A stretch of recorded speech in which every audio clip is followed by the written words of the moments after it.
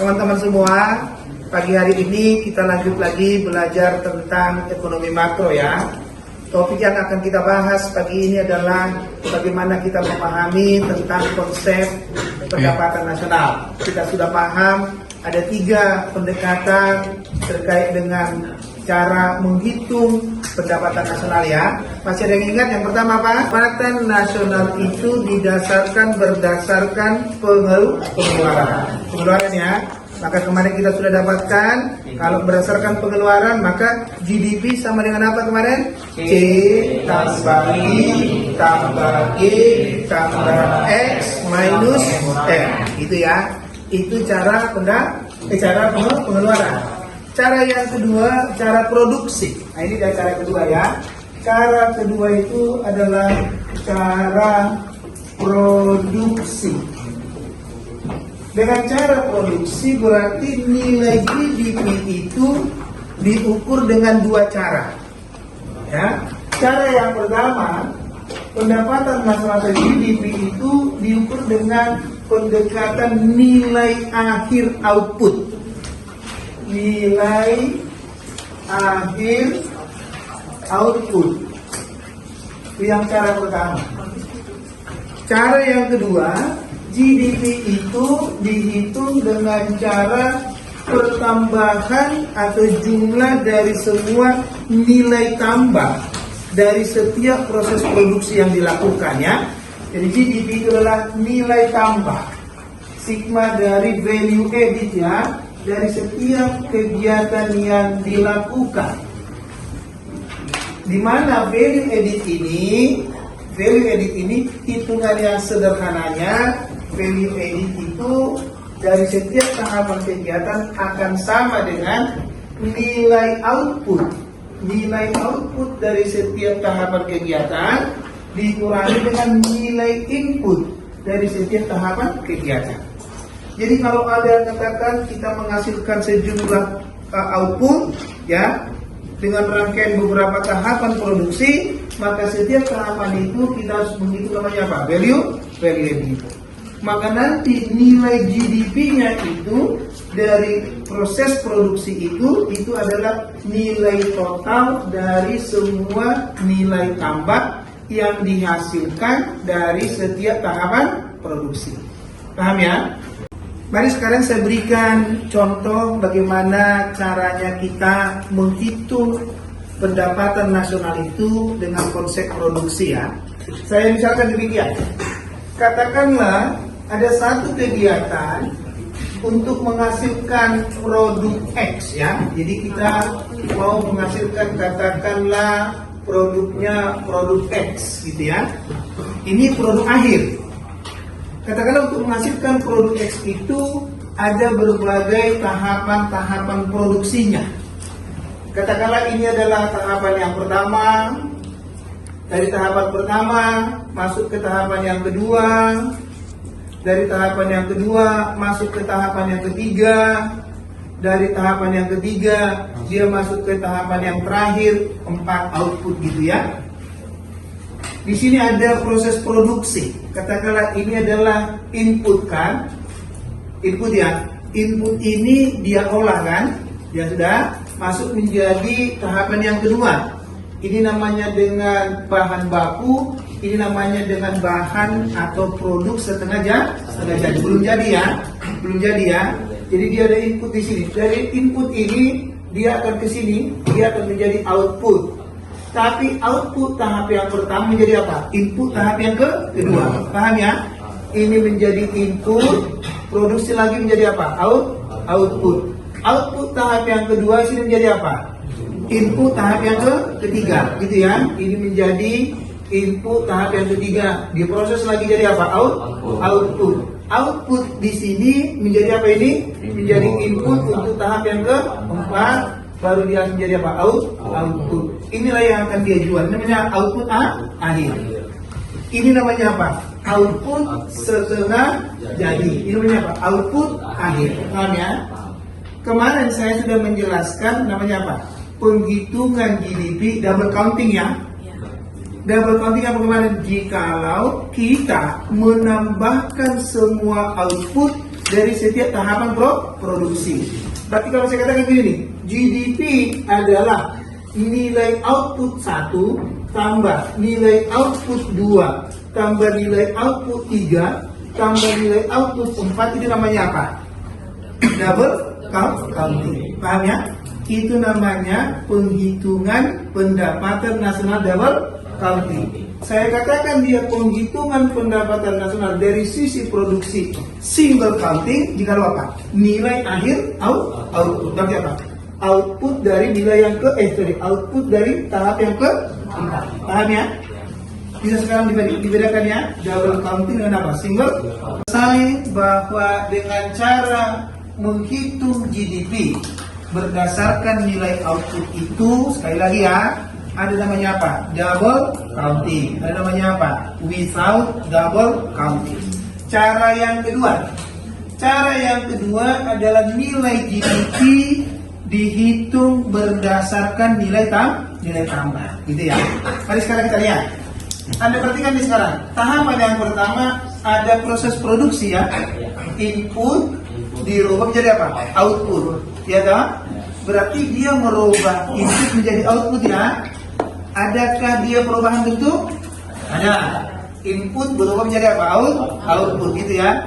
Berarti sekarang di tahapan yang pertama ini ada kegiatan produksi yang dilakukan merubah nilai dari nilai input menjadi nilai output ya. Jadi output ini dihitung nilainya, nilai output ini dihitung nilainya. Ini nilai input kita sebut namanya IP, ini namanya apa? OP. Maka tahap yang pertama sekarang ada perubahan bentuk dari input menjadi output. Dan tidak ada pertambahan nilai. Mana yang lebih besar? Nilai input atau nilai output? Biasanya nilai output ya. Maka sekarang kita katakan value added dari tahapan yang pertama sampai apa?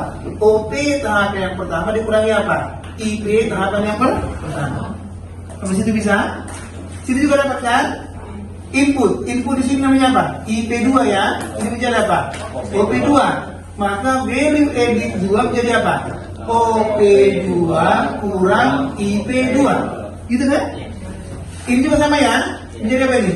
IP3 ini menjadi apa? OP3. Maka value added 3 menjadi apa? OP3 kurang IP3. Gitu kan? Maka ini menjadi apa? IP4 menjadi apa ini? OP4. Maka sekarang value added sama apa? OP4 kurang IP4. Maka sekarang GDP tadi apa? GDP tadi adalah jumlah dari apa? Value added kan? Dari 1 sampai dengan apa? N. Berarti GDP sekarang apa? Value added yang pertama gitu kan? Jadi apa? VA1 tambah apa? VA2 tambah apa? VA3 tambah VA4. Itu namanya apa? Pendapatan nasional berdasarkan apa? Nilai tambah. Itu konsepnya ya. Bisa dipahami? Kita membahas tadi secara konsep bagaimana cara menghitung GDP berdasarkan nilai tambah. Saya akan berikan satu contoh tentang ini. Boleh dibacakan contoh soal kita? Satu yang itu Pak. Ya, yang keras.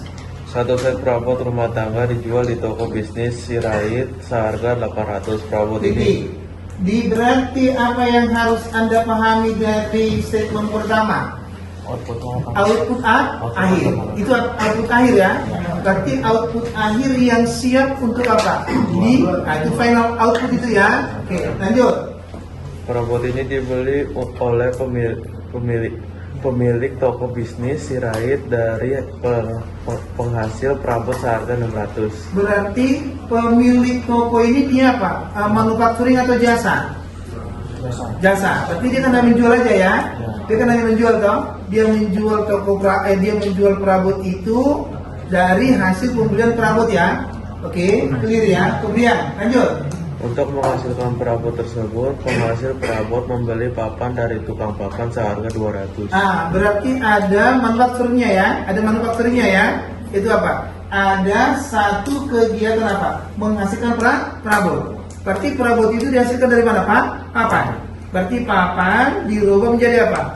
perabot. Berarti apa inputnya? Papan, outputnya apa? Perabot, gitu ya. Terus Sementara tukang papan membeli dari pengumpul kayu seharga 50 yang mengambil dari hutan. Berarti sekarang ada kegiatan nih. Tukang papan itu sekarang apa? Tukang papan berarti dari kayu ya. Berarti apa? Kayu berubah menjadi apa? Papan, gitu ya. Berarti ada proses produksi itu. Perubahan apa? Kayu menjadi apa? Papan, gitu ya. Kemudian Berapakah nilai pendapatan yang mengambilnya dari hutan tuh, dari pengumpul kayu. Berarti ada pengumpul kayu ya. Ada pengumpul kayu. Jadi sekarang pertanyaan saya, ada berapa pelaku ekonominya? Ada berapa pelaku ekonominya? 4. Siapa saja? Pengambil kayu, Pengambil kayu, tukang papan, tukang papan, tukang penghasil perabot, tukang perabot. sama bapak sirait. Bukan saya ini sirat banyak. Sirat itu banyak, bukan hanya saya.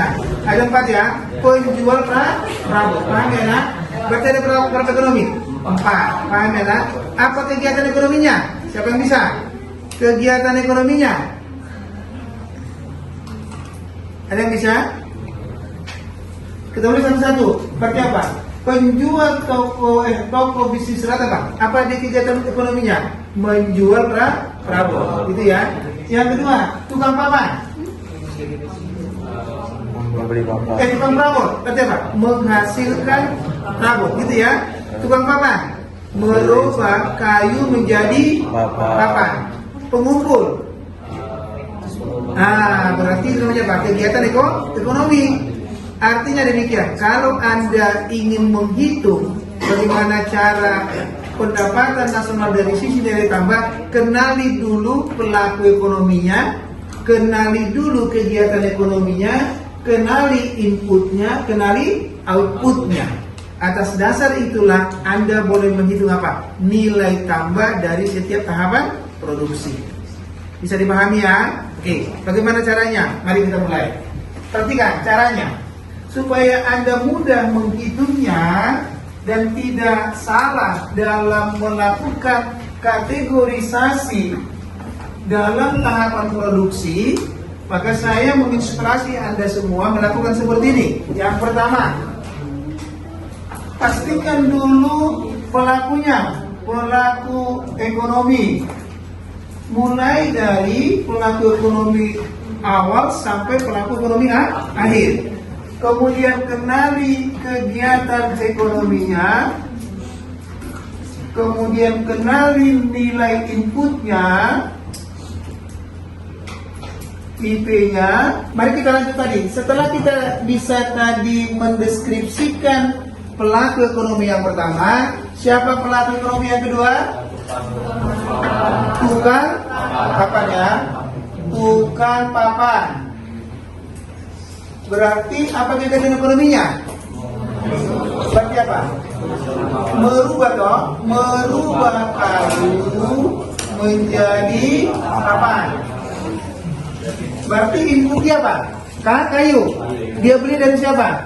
Tukang pengumpul kayu.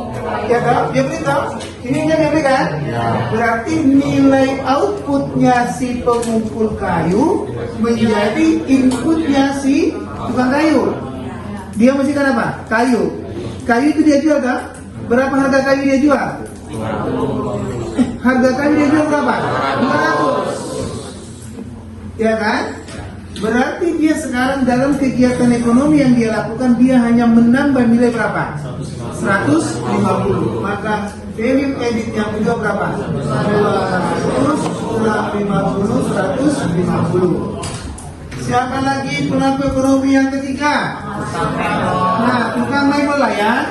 Tukang mebel ini ya. Tukang mebel. Berarti apa dia? Berarti apa? Menghasilkan apa? Menghasilkan mebel dengan cara apa? Papan ya, berubah menjadi apa? Mebel. Ya kan? Dia perlu papan kan? Dari papan dia beli dari siapa? Tukang papan. Berapa dia beli? 200. Setelah dia rubah papan jadi apa? Mebel. Berapa harga mebel dia? Berapa? 600. Berarti value edit dia berapa? 600 dikurang berapa? 200 berapa? 400 ya. Kemudian pelaku ekonomi yang keempat adalah pemilik toko mebel ya. Di mana dia apa? Menjual mebel. Berarti dia membeli mebel dari siapa? Tukang mebel ya. Dia beli berapa? 600. Menjual mebel kepada si konsumen kan? Berarti dia berapa? 800. Maka value added yang keempat berapa? 800. 500 berapa? 200 ya. Perhatikan. Berapakah nilai pendapatan yang diperoleh berdasarkan perhitungan ganda? GDP dengan double counting. Berarti apa? Total dari semua nilai output kan? Jumlah dari output setiap kegiatan dia. Berarti mana dia? Yang ini kan? 50 tambah berapa? 600 tambah 800. Jadi berapa? 1650. Gitu kan? Nilai GDP without double counting. Ada dua cara tau? Berarti apa? Nilai output akhir. Berapa nilai output akhirnya? 800. Output yang keempatnya berarti apa? 800. Cara yang kedua, pertambahan dari semua apa? Value added ya. 1 sampai 4. Coba berapa value addednya? 50 tambah berapa? 150 tambah 400 tambah 200 berapa? 800. Sama ya. Berarti kalau dia single accounting, nilai output akhir sama dengan apa? Total value added. Begitulah cara menghitung apa? GDP, pendekatan produksi dengan cara menghitung apa? Value added. Bisa paham semua? Bisa. Baik. Terima kasih. Kita akan ketemu lagi di materi yang berikutnya. Salam saya, Isa Serai.